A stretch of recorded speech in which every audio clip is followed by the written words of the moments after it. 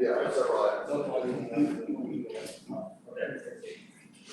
Yeah, they totally different shade, but when you have well. Who's this apostle?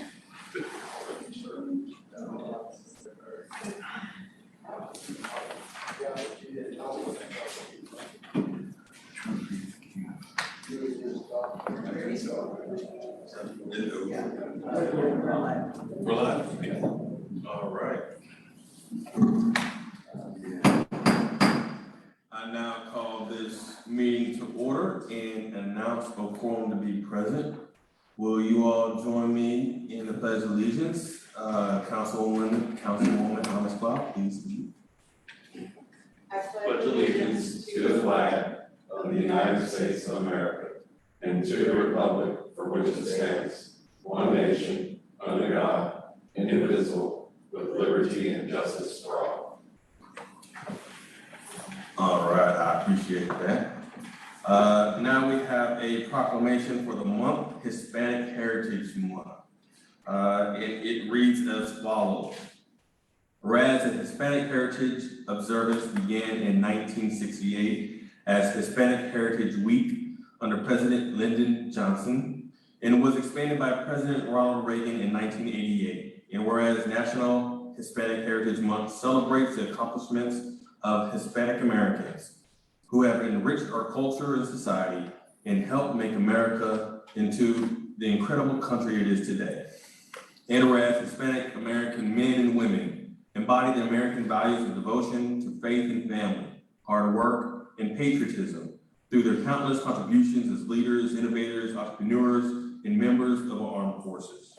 And whereas Hispanics have enhanced and shaped our natural character with centuries-old traditions that reflect the multi-ethnic and multicultural customs of their communities, while adding their own distinct and dynamic perspectives to the story of our country.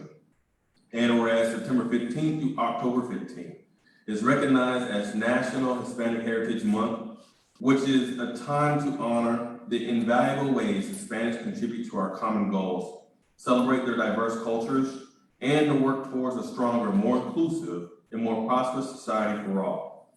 And whereas Hispanic Americans represent a significant and fast-growing demographic of the city of Manor, we honor the invaluable ways they contribute to our city. Now, therefore, I, Dr. Larry Wallace Jr., Mayor of the City of Manor, Texas, and on behalf of the Manor City Council, do hereby proclaim September 15th through October 15th as National Hispanic Heritage Month. In the City of Manor, encourage all citizens to learn more about those of Hispanic heritage and to observe this month with appropriate programs and activities. In witness whereof, I have hereunto set my hand and caused the seal of the City of Manor to be affixed the 7th day of October 2020, signed Dr. Larry Wallace Jr., Mayor, City of Manor. And I give this proclamation to Councilwoman Thomas Clark.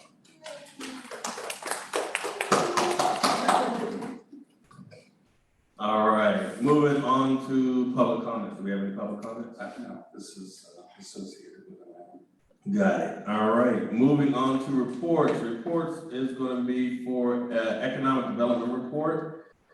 In your handout, you see some pages regarding the use of local hotel occupancy tax revenues for the city. And this coming from the Texas Municipal League's Economic Development Handbook.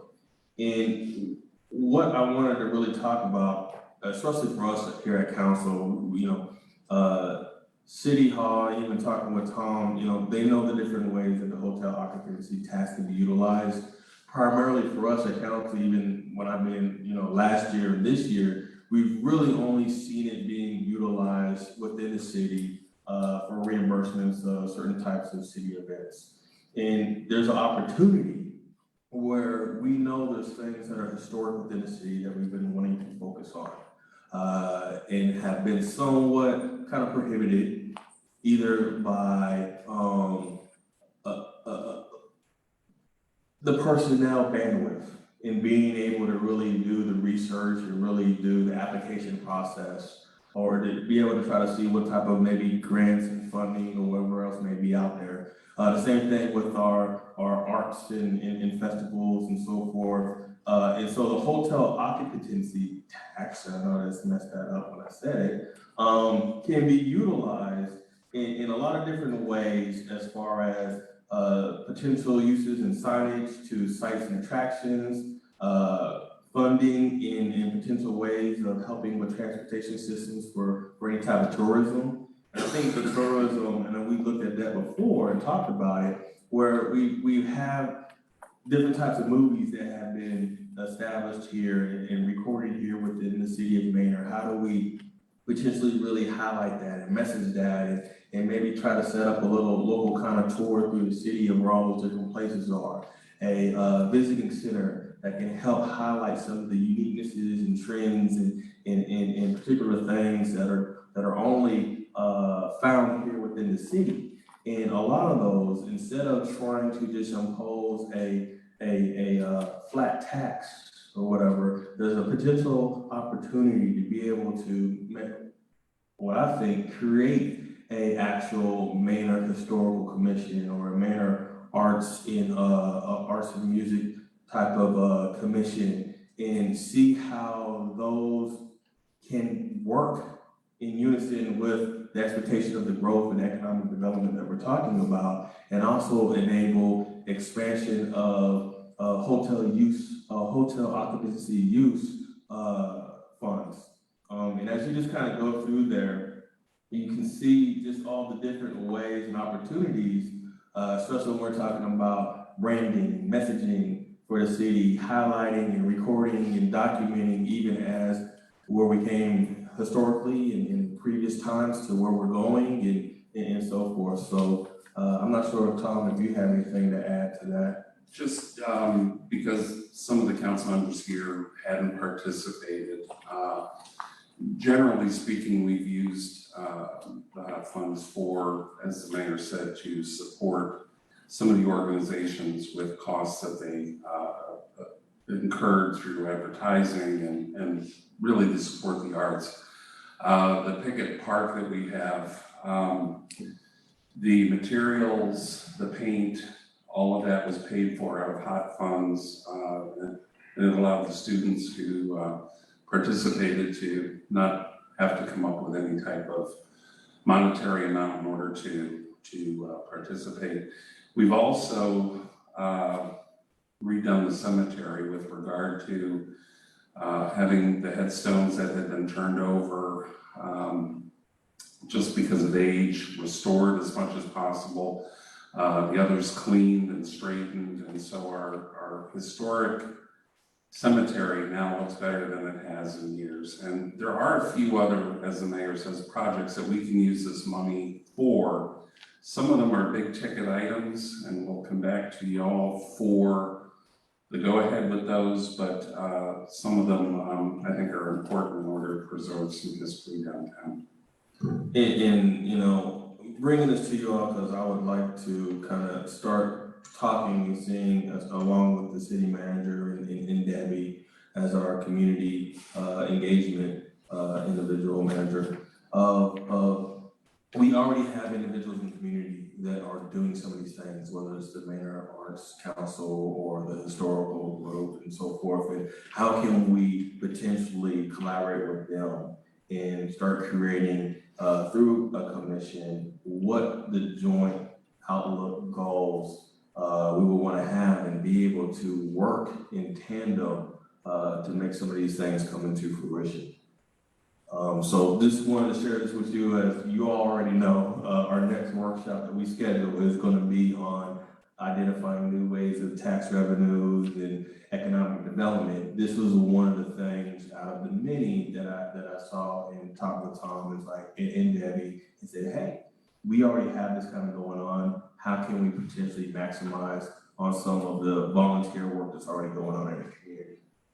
Any questions from council, remarks? All right, there being none, moving on to public hearing. Consideration, discussion, and possible action on the addition of land to the Manor Heights Public Improvement District. Tom?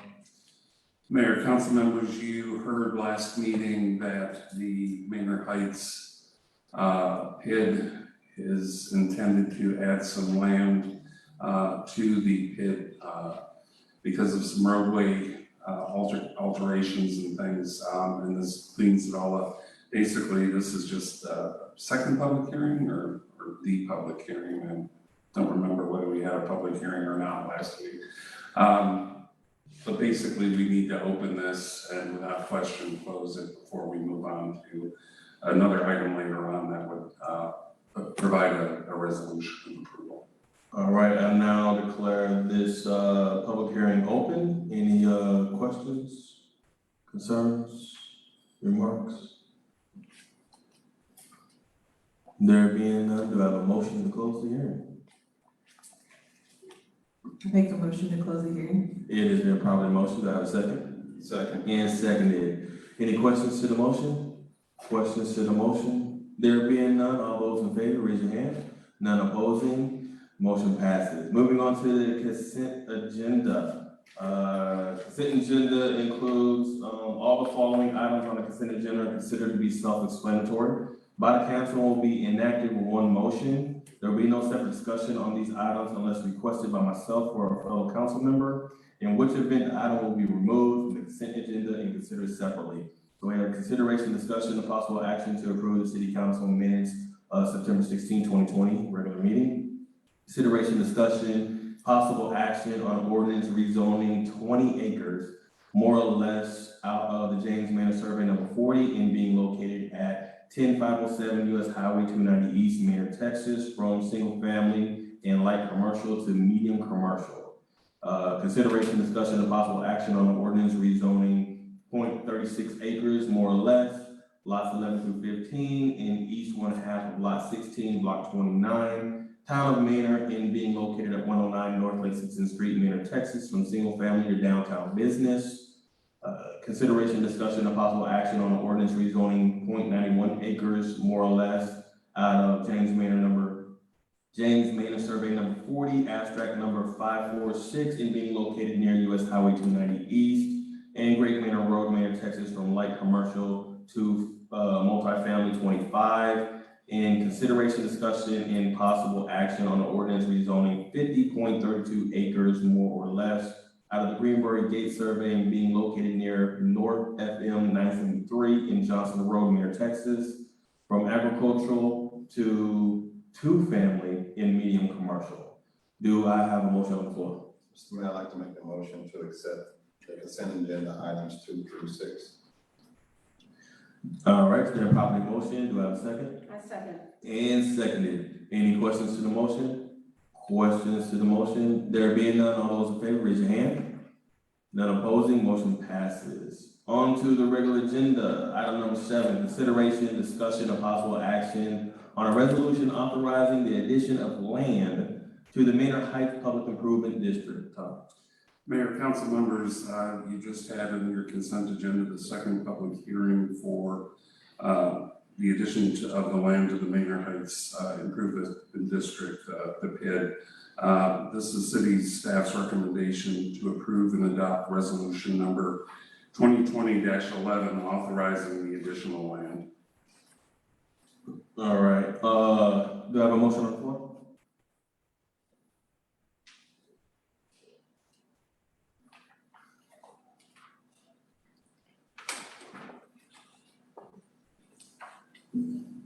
I'll make a motion to approve and adopt resolution. Approve and adopt resolution number 2020-11 authorizing addition of land to Manor Heights Public Improvement District and direct city secretary to publish a copy of the resolution adopted. All right, it's been properly motion. Do I have a second? I second. And seconded. Any questions to the motion? Questions to the motion? Questions to the motion?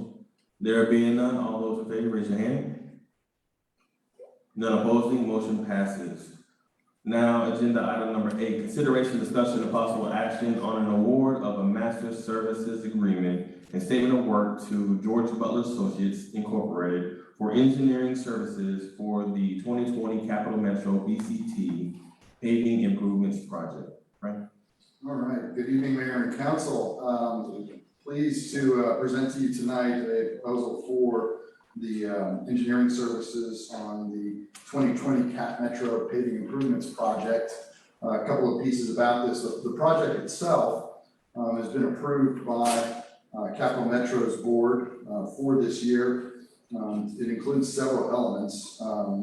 Construction on Burnett Street from Towns to Murray, Rector Street from Lexington to Burnett Street, and Towns from Lexington to Burnett as well. This is the largest project that the city has done under this Capital Metro program, leveraging Capital Metro funds as well as city's utility department funds for street and drainage improvements. So we're pleased to do that. If you'll notice, the name on the contract's a little different. It's George Butler Associates and not J Engineering. Just to let you all know, Fred, after 40 years working as the engineer for the city and doing municipal engineering, finally decided to retire at 73. He was ready to go. And so we were courted by a couple of different companies, and George Butler really just seemed like a great fit. They're a smaller firm, about 300 people compared to Black & Veatch and some of the big monster firms out there. And we really like their culture. They're very compatible with us. They're very client oriented and really passionate about their work. And so it seems like a really good fit. We've been with them for a month now. And so that's why this is a different contract form than what you may be used to. But this sets things up in the same way where we can have a master services agreement, and then there can be individual contract addendum, or in this case, a scope of work that assigns a particular project for design and construction phase services on a project that requires engineering services. All right, we already did the motion, right? No, we didn't. Do you have a motion on the floor?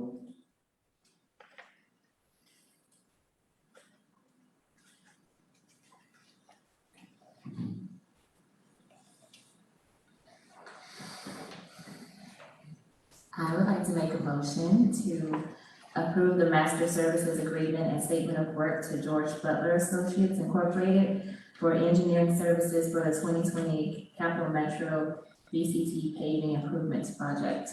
It's been properly motioned. Do I have a second? I second. And seconded. Any questions to the motion? Questions to the motion? I have a question. Go ahead. I think just for clarification, sorry. This was the company that just recently did the streets here in the.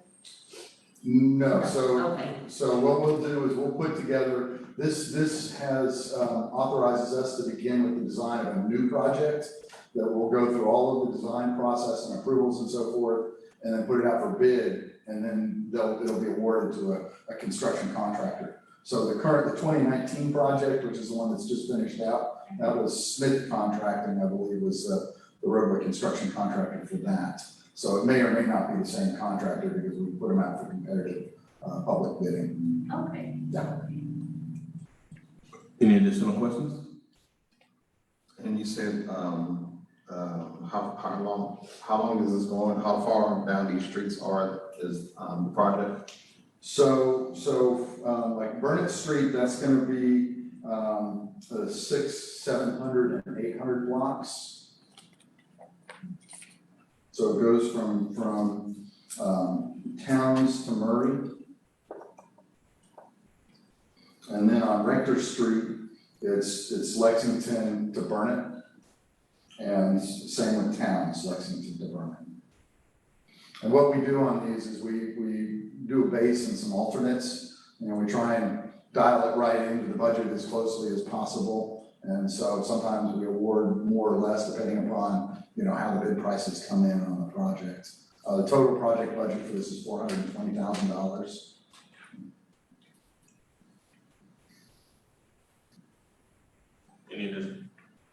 Any additional questions? 1 second, I'm just trying to see it all on the map.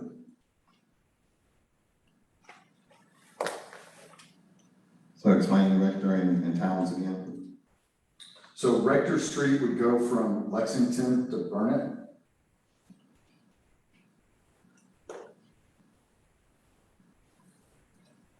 So that's every block in there is about 300 feet, give or take a little bit, center line to center line roadway if you want. So it'll be a little bit longer than that. And then same with towns from Lexington to Vernon as well too. And these projects are more reconstruction than just resurfacing. Years ago, when the city was getting $20,000 a year from Cap Metro, and not putting in really any money of their own, because the city just didn't have it in the budget, we'd lump a few years together, and we wouldn't do reconstruction, we would just do an overlay. And so, it's a Band-Aid. There's more structural work on it, and so it's something now that the city has a crack ceiling in it, you can go out and do a little more maintenance on it, get a little more longevity. The challenge with Maynard's roads is in old downtown Maynard, we've got roadside drainage with sloped ditch lines. And so as a result, there's nothing that kind of holds that all together. And that's one of the reasons why there's been a push over, years past to try and put in ribbon curving along the edge, but it's a pricey proposition. So, it'll be when the city's ready to issue really bonds for that, to be able to do that when it's the city's desire. And so we do everything that we can to try and get the most bang for the buck. We've used paving fabrics out here, which definitely helps quite a bit, and prolongs the life of the road. But the soils are so expansive, it's hard to keep a road in good shape in Maynard. And these are not the roads that Mike's crew will continue to work on through the years. This is the one large project that PCT would help fund. So what we've been doing on this last project was, we awarded the project to Smith and Mike's crew had gone out and done some road base work and some initial paving, I think. And then the city's current paving machine is not a large construction scale paving machine. It's almost a little bit more than a patch machine. Yeah, and so trying to, go out and do long stretches and have them look, TxDOT perfect, it's really, really difficult to do with that piece of equipment. And so the idea was brought forward of, okay, well, if there's a contractor in town, hire them to do the final overlay. So you get that nice, smooth surface at the finish of the road. And seems like a fairly workable process. Yeah. Can you, I'm sure there's a process that you all undergo to determine which roads are best for these for the large projects. Can you provide us again with that? Not the process, but like a list of priority roads. So when people ask, why did y'all pick that road? Right? We can have like that on-hand list of these are the ones we have right now, and then this is kind of what we're looking at as far as priority.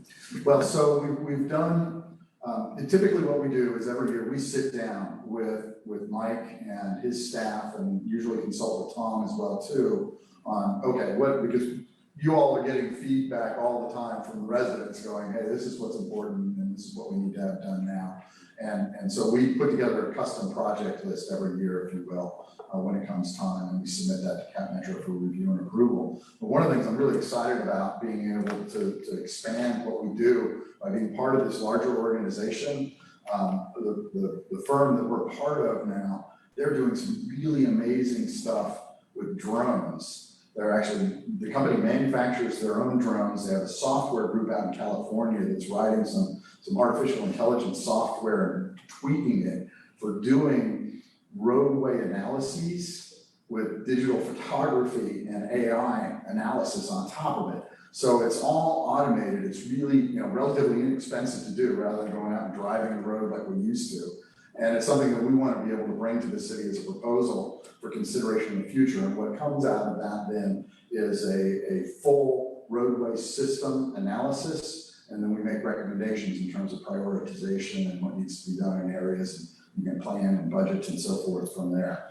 And so that's sort of the next step. And the city's really right at that point in its growth. The city's going through a lot of growth right now. And so, the timing seems right to be able to provide those kind of expanded services to help prioritize, make sure that your pavement designs are working for you, and also assessing everything in the city very quickly, because they can fly the city in very short order.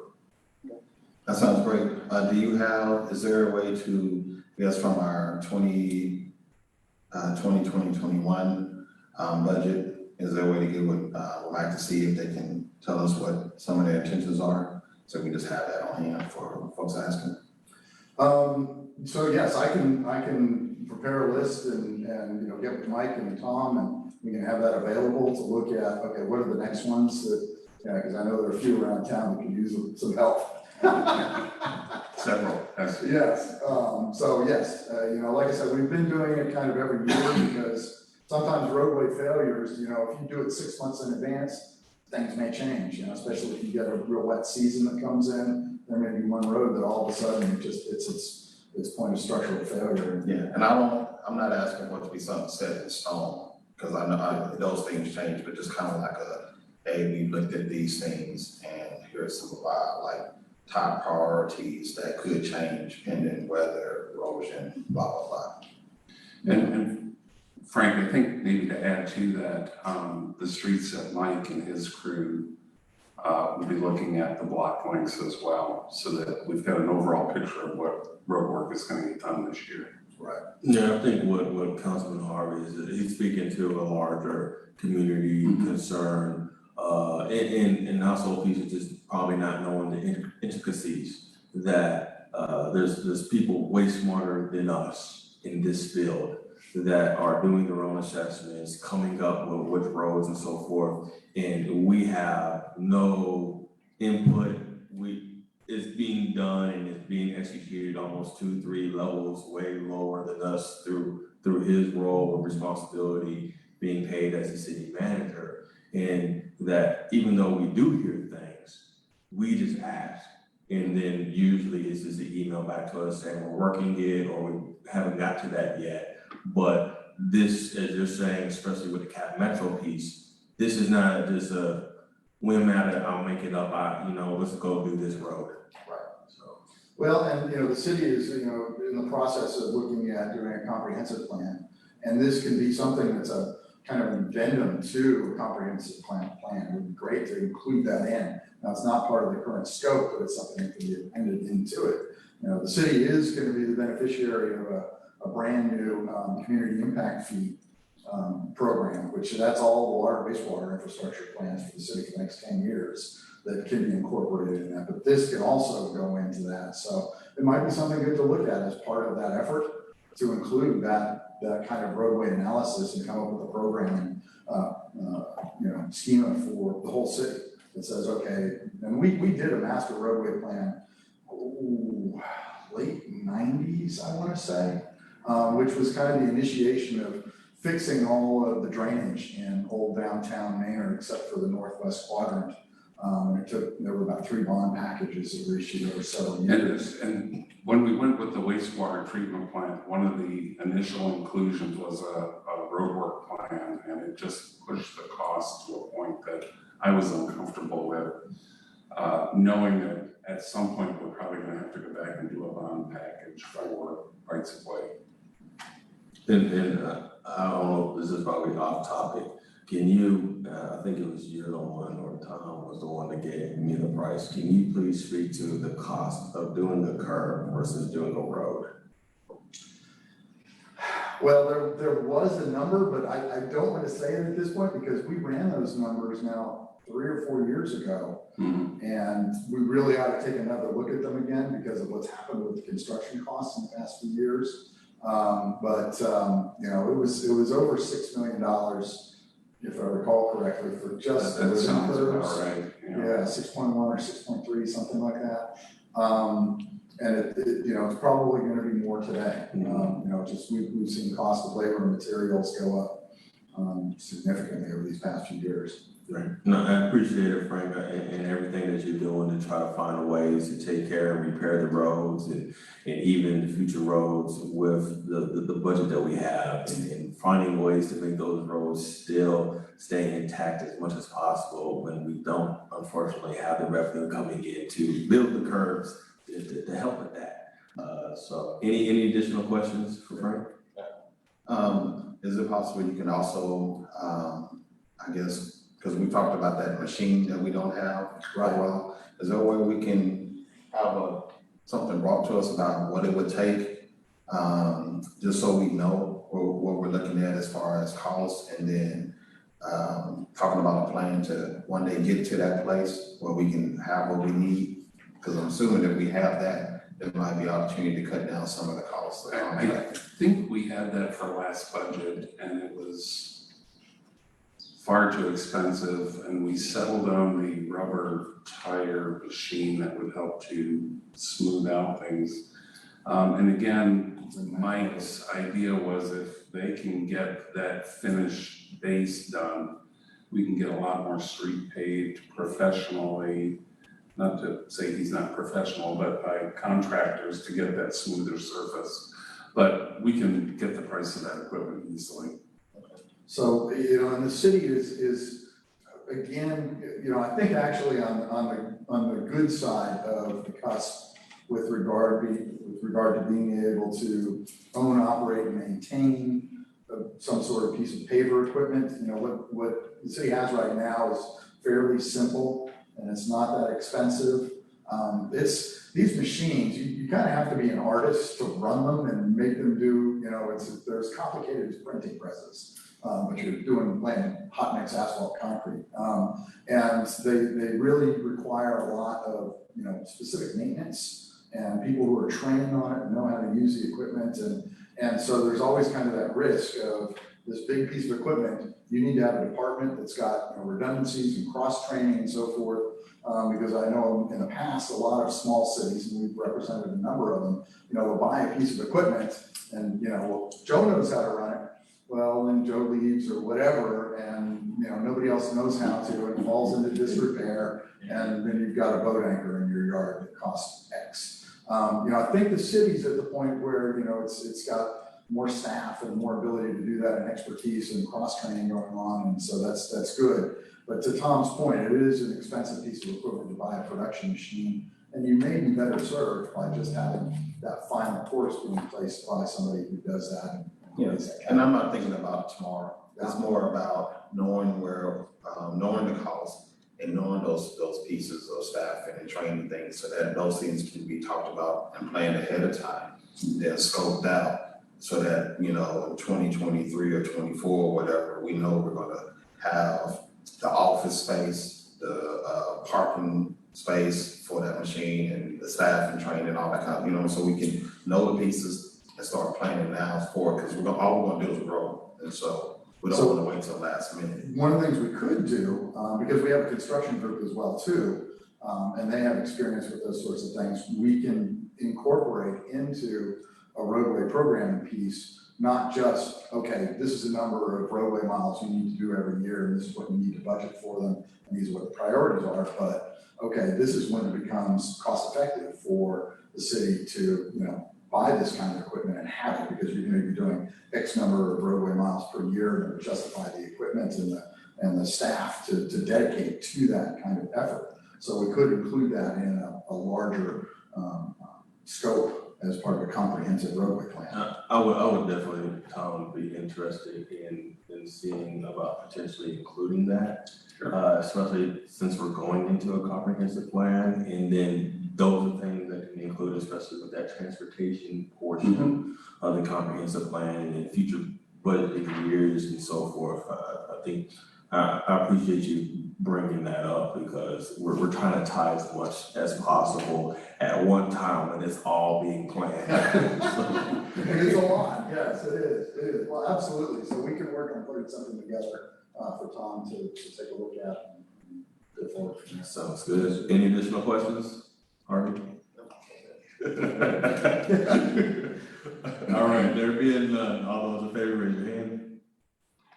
None opposing, motion passes. Moving on to agenda number 9, consideration, discussion, and possible action to approve a purchase contract with Dutch Clean Storage Incorporated for a wastewater easement with temporary construction easement. Frank? Okay, so this item is part of a much larger project. This is actually part of some of the city's obligations contained within the Manor Heights Development Agreement. Manor Heights is the big master plan community over there in the Cottonwood Basin on the east side of Manor, north of 290 at Kimbrough Road. As part of that development agreement, the city was responsible for obtaining easements for all of the water line, wastewater line, wastewater treatment plant and Kimbrough Road, rights of way and line work and so forth and so on. For all of the utility portions, those are reimbursable by the developer. So under the development agreement, the city is going out and using its powers of eminent domain to, move forward. And so far, we haven't had to condemn any easements.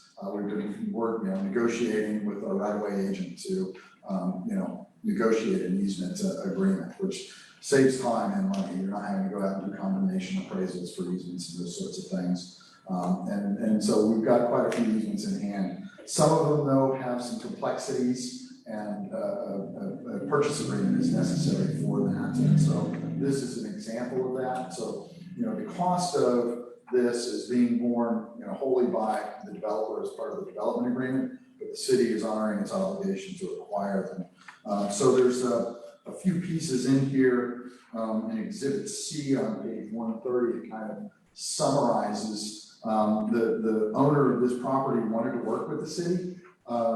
Didn't want to get paid money, if you will, for tax purposes or whatever, and instead wanted to negotiate an in-kind consideration. And so we were able to come up with an equivalent package of considerations, which includes basically a wastewater connection and some base material, which was equivalent to what the contractor would have put down, but he wants to spread it out the way he wants it, so we're just gonna dump it on his property and he'll do with it what he wants.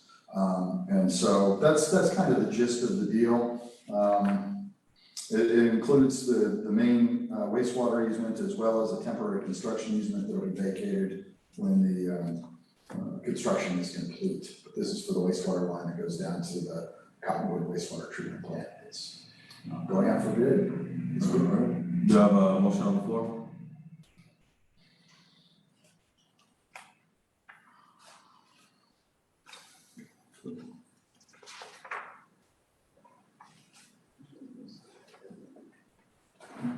I can make a motion that we approve the master service agreement.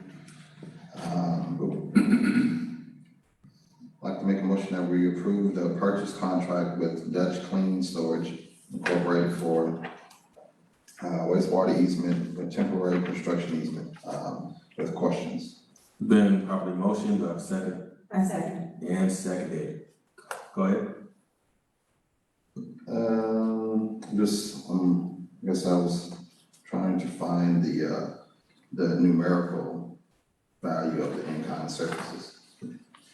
I don't know if it's spelled out in terms of this number of dollars. I do know it was roughly equivalent to what we were authorized to do under because in this case, since the developer was funding it, we were working in concert with Tom and the developer, so they've approved all this because the developer's paying this. So really, there's no cost to the city for this. The developer's funding it. Okay. But it's roughly equivalent. I think it may be, well, I don't know. It's roughly equivalent to what we had. If less. Any additional questions? Go ahead. I just wanted to understand, I'm sorry, it's always clarification, but, so the city has to make an agreement with the Dutch oven people, I know that's not what it's called. The property owner. The property owner. Sorry. But, we have to make an agreement with them so that they can use. So what we're getting is wastewater easements for this. It will be in the name of the city. Okay, the developer is funding not only the cost of the easements, but also financing the cost of the wastewater lines that we'll be putting in, as well as the plant and all of that. And through the development agreement, there are reimbursements that are being, sent back to the developer following all of the construction. But the city needs this easement for this line, and this wastewater line is part of the city's capital improvements plan, that 10-year plan. It's part of the community impact fee ordinance. So it's going to serve not only this project, but other areas as well too. We designed it with some additional capacities in it to have service for some other areas. It's not sized for ultimate capacity. That's a much larger line. We've got within all of the combined basins, there's almost a 25 square mile area that will ultimately drain down to the city's 100-acre wastewater plant site at the confluence of, what is it? Elm, Willow, Cottonwood, and Wilbarger Creeks. And so there can be some huge pipes running down there in the future, but we can't afford to put in a 60-inch pipe right now. So we're putting in, what's reasonably affordable with additional capacity to meet growth in that 10-year planning window. Any additional questions? There being none, all those in favor, raise your hand. None opposing, motion passes. Moving on to agenda item number 10, consideration, discussion, and possible action on consent to approve the assignment and transfer of the City of Maynard's professional service agreement for engineering services plus work as authorized by addendum. Tom? Mayor, council members, as Frank alluded to, Jayco has been purchased. And what this does is transfers our agreement with Jayco to the new company.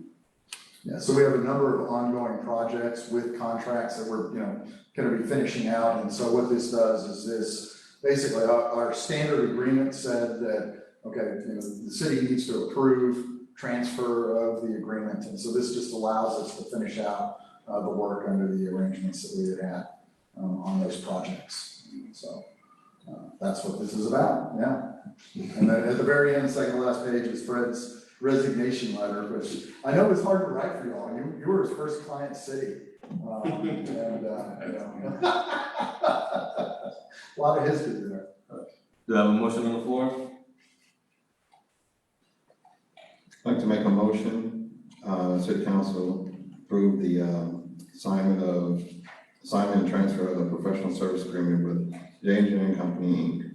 to George Brothers Associates, Inc. And directs the mayor or city manager to execute the approval of engineering services transfer for the city of Maynard and George Brothers Associates Incorporated. It's been properly motioned. Do I have a second? A second. And seconded. Any questions to the motion?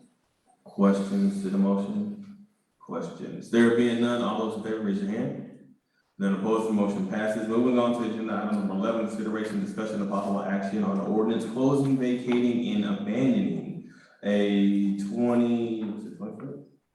Yes. Yep, 20-foot alley crossing block 10, town of Maynard. Thank you, Mayor. Wisconsin. Appreciate it, Fred. And I know Fred would want to say thank you too for the 40 years of service, absolutely. And thank him. Fred, thank you.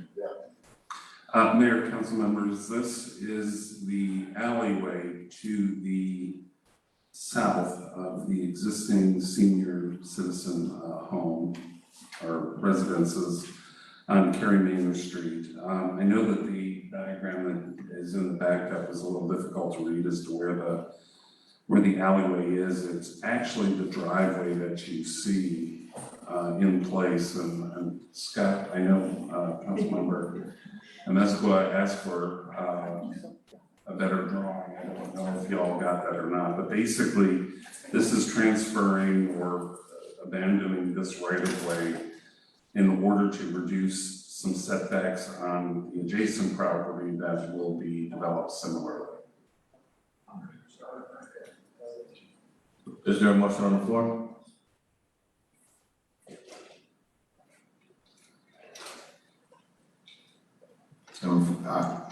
I'll make a motion on.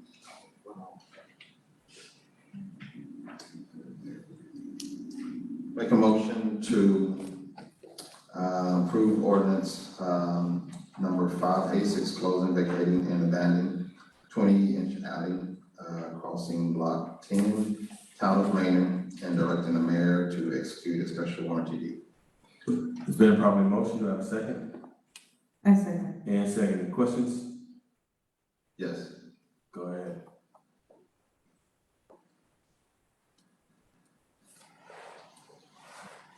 Just some clarity. We're talking about here. Yes, the driveway It's, behind the. no, it's, if you look at the building lengthwise facing Cary Manor, directly behind that long driveway, no, well, yes, that is all existing driveway. And that's why I even did that. Yes, that's the alleyway. In the easement, where, It's just our alleyway. There's not an easement per se, but an alleyway that we're abandoning for the purposes of developing that adjacent property. Scott may have some information he's getting out. because I was just reading, it's going to establish an easement. Sure, yes, the ordinance establishes an easement because there is a wastewater line through there, I forgot that, yes. and so this would abandon and vacate the alley and establish that public utility easement, so we can still get into that if we need to. And then there's a exhibit B, which is a specialty warranty deed, which is what would authorize the sale to the Travis County Housing Authority if this is approved. And it's, the alley was appraised at $18,500, and so that's what they'd be paying. So basically, it's a planned development but in order for us to be able to maintain access, this is the process to be able to do it. So the development can potentially happen, but we can still have access to the lines that we need to. Yes. Right. Yeah, and it's common that there's public utility easements on private property in place, so. Right. Any additional questions? So they're definitely gonna keep it as a alleyway? But Okay. they're actually probably having to expand it, make it wider. Any additional questions? Isn't it And I currently, would say regardless of whether they maintained it, they can't build over the easement, so we would always have access to that easement. And that's why I was asking, I was thinking it was in that driveway area or something like that. What's that, the wastewater line? Mhm. The wastewater line is currently under that pavement, Yeah, that's why. so. Any additional questions? does that mean that they can make it a private drive, so you can't drive through it? Yes, it would be, but I mean, I don't know anyone who's using it. And alleyways, there's plenty of street access that goes around it that serves the same purpose. I was just saying, like, if they actually expand it, then it actually looks like it would be a cut through from one street to the next. The reason they have to expand it is just because of code. Right now, they have it struck as a fire lane, and it's 6 feet too narrow for a fire lane. And so, depending on what fire code says, they may either have to make it 26 feet, or if fire department says, hey, that doesn't actually have to be a fire lane, you don't have to strike it that way, then the minimum, if it's 2 ways of traffic, is 24 feet. So they have to add 4 feet of pavement. We've got an aisle width between parking that has to be Yeah. accommodated. If they decide to make it one way, they can stay 20 feet, but if the fire department comes back and says, no, that needs to be a fire lane, they're gonna add 6 feet of pavement to it. Any additional questions? All right, there being none, all those in favor, raise your hand. None opposed, the motion passes. On the agenda, item number 12, consideration, discussion, and possible action on an ordinance authorizing the suspension of the maximum period a temporary sign may be displayed. Scott? Sure, so, I'm sure many of you have heard, during this time, businesses, wanna be advertised that the dining rooms are now open, or that they are open. And the way our sign code is currently written is, the temporary sign, temporary, it's only good for 30 days. And what this ordinance does is, removes that 30-day cap, and so businesses are still get a permit, signs still can only be 32 square feet, can't be in a right of way, all those rules apply. But at the end of that 30 days, they can keep it up. And so this suspension goes until December 31st. Right now, if you wanna make it longer, you can, I just put that date in there as a placeholder. But essentially, Cafe 290 or whoever can put up signs that say, hey, my dining room's open, and then they can leave it up until this ordinance expires, whenever that may be. Having this on the agenda opens up like a lot of questions that we've already talked about. So he's been warned. You know we're gonna veer off subject here. Sure. All right. This is a separate ordinance from the sign code. And what I generally generally said in these circumstances is we've limited it to just this. All right, I think, Councilmember Hill might have a question. all right, do I have a motion on the floor? Motion to approve ordinance number 587, authorizing the suspension of maximum period, a temporary sign may be displayed until December 31st. All right, it's been probably motion, to have a second? I second. And probably second. So Scott, how does this assist our mobile food trucks?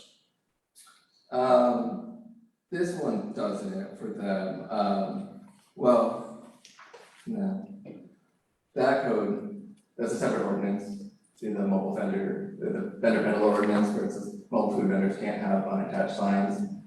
And so that still needs to go away. Got it. So what is and because a lot of the questions and concerns have been probably more mobile food truck oriented, to a certain degree, at least from what I've heard and at least from what Councilman Harvey has shared with me as well. Why are there some of these restrictions for the signs and so forth? Is it how they've been approved or where they're located? And if so, how do we potentially rectify that? So then they do have the full capability that they should have and we want them to have. Yeah, and we could look into allowing signage for mobile food vendors that just comply with our sign ordinance and moving that section, potentiality. But for the sign code, being, scenic city, we have to regulate our signs, and a big thing is just not having right-of-ways filled with signs. And so if you don't limit the number, the time, the type, the size of signs, businesses, as much as they say, their signs are gonna be nice, there's only gonna be one sign, take it down when it's over.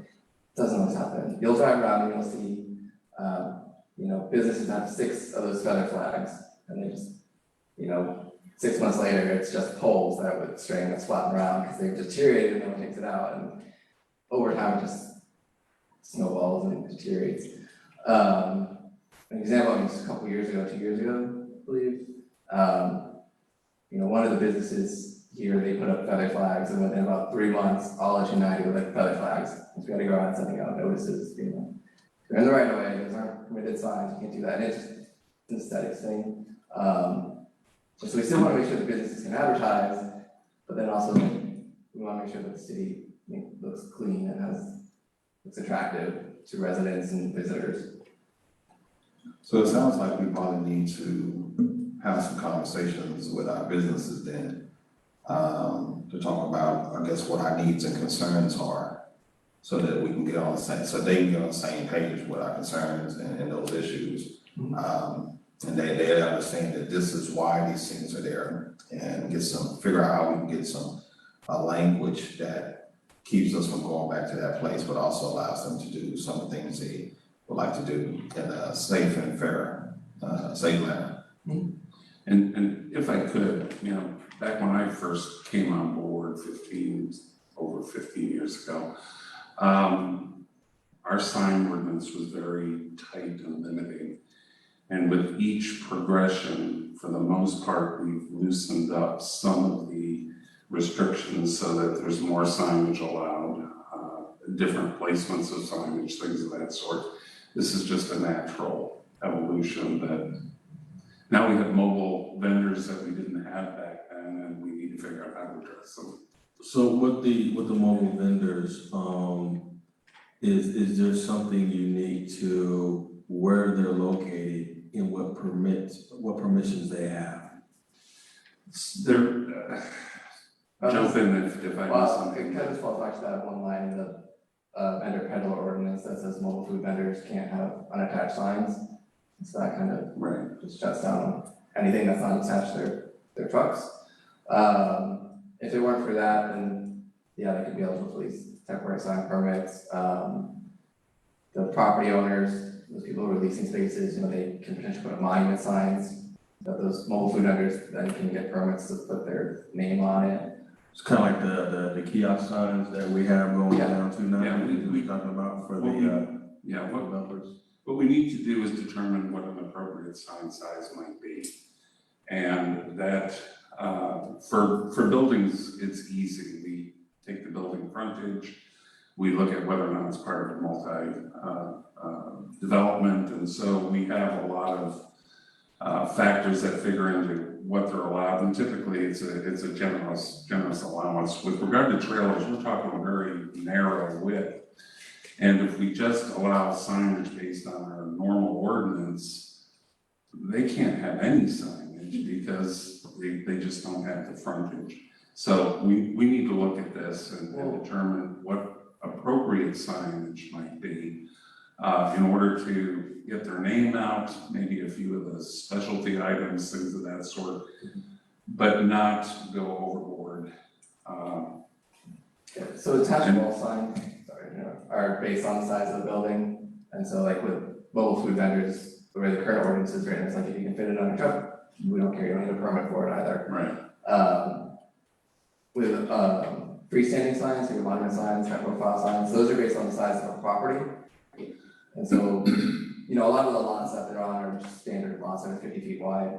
And our code says if your property is less than 100 feet, you can get a 32 square foot monument sign. That's it, no matter what it is. So these properties on Parsons that are down there by the fire department or the police department, whatever, they are able to do that to get a 32 square foot monument sign if the vendor peddler ordinance is changed to allow for unattached signs. So I only got two more questions, at least for me, and one is, I know you're talking about the distance for most of these signs, 100 feet, 300, what, how are you coming up with that distance? Is it some type of state code, county, comparison to other cities, or something unique, mathematical for the city of Maynard? Honestly, was the codes that were here when I started? So maybe it's a good question, but it works like, the bigger the property is, the bigger your, full signage, freestanding sign, so that's why Walmart being a large property can have a bigger sign.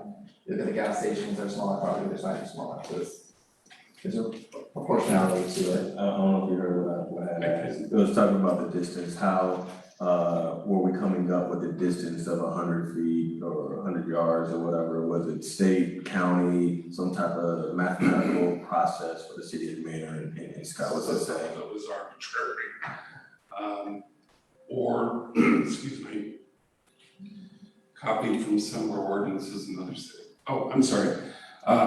Some of it was arbitrary, but most of it has been copied from ordinances from other cities. Okay, so uniformity. Yeah, and it has worked. Business may say, oh, our sign's a little too small, but Starbucks was going up, Taco Bell put one up, all the gas stations going up, they do it.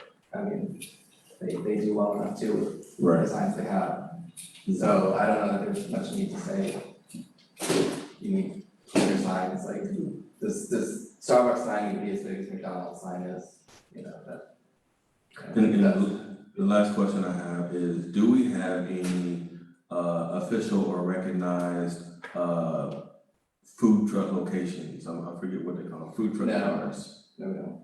Okay, what is the hindrances of not having one that's official? Usually, it's the distance from residential. They can't be located within, 300 feet of property zone for residential. So anywhere in the older part of town, you're probably 100 feet away from a house that's not residential. And then they have to have 2 points of access on, I don't know if it's arterial, it's the road, but arterial. So the way it's written is basically off 290, you have to be on a main road up there. As a partial author, I can tell you that originally, when the subject came up, it was in response to a specific developer who had an idea for a food court on 290. And we looked at how we could make that happen in a temporary nature more than permanent structure, so that we looked at caliche or gravel driveways and temporary connections and really forgiving all of the normal site plan types of things that would be required. And thought that was going to be it, but we did allow these type of occupancies in C1 districts as well. And so what we've seen are the food trucks added to the gas stations along 290. Some of the commercial properties that were zoned commercial many years ago along Parsons, thank you. She takes care of me. Had commercial zoning for a long time, and so these food trucks were allowed in those places as well, and so we have far more than we had anticipated originally. We thought of food courts, but we have them scattered throughout the community on properties that they have permission from, like Deerwoods, and so it hadn't been intended that it would develop this way, but it has, and so we just need to acknowledge that and look at better ways to advertise them without getting oversigned. Any additional questions? Yes, are there current businesses, I'm guessing more of the brick and mortars, are they wanting their temporary signs to go past 30 days? Because it's too much? I mean, like, Always. and so are we just talking about, yes, we're open, or So, under new management? we can't regulate what the signs say, and so as long as they submit a valid temporary sign permit, it will be issued and can stay up until this ordinance expires if you approve it. So for instance, I got a call from the senior apartments. They say they want to open in the next like 45 days, and so they were gonna apply for a temporary sign permit to just advertise that they're releasing now or opening up. And obviously that's not related to COVID and the intention of this ordinance, but they're still allowed to, they qualify for it. But you know, like Whataburger had, you know, their dining rooms out and stuff, and Starbucks might have some. Maxine's, Cafe 290, they all had temporary signs that they've taken down, but they would like to put back up. A lot of it is more of the mom and pop small businesses where, because you don't see cars there or traffic there, there's a natural assumption that they're probably closed. And so wanting to be able to put a sign out there that says, no, we're open, you know, we just have a lot fewer people than we normally would have, especially as a non-franchise type of business. And ideally, what we hope is that these vendors are successful enough that they want to open a brick and mortar. And we have had one instance of that happening on the corner. So hopefully that will continue, that these vendors will find enough success and a following that they need to find a dining room or something else to make it work. Any additional questions? There being none, all those in favor, raise your hand.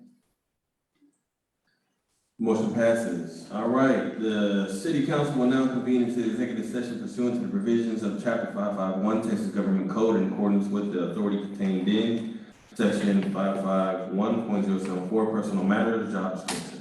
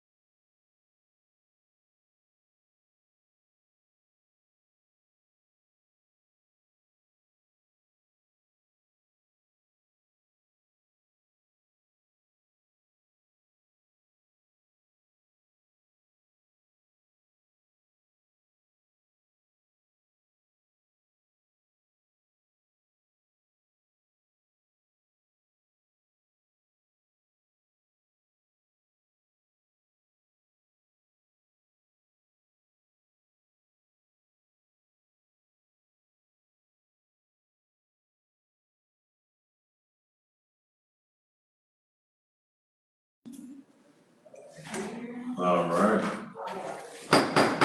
City Council will now reconvene in open session pursuant to the provisions of Chapter 551 Texas Government Code to take action, if any, on items discussed during closed executive session. There were none. Adjourned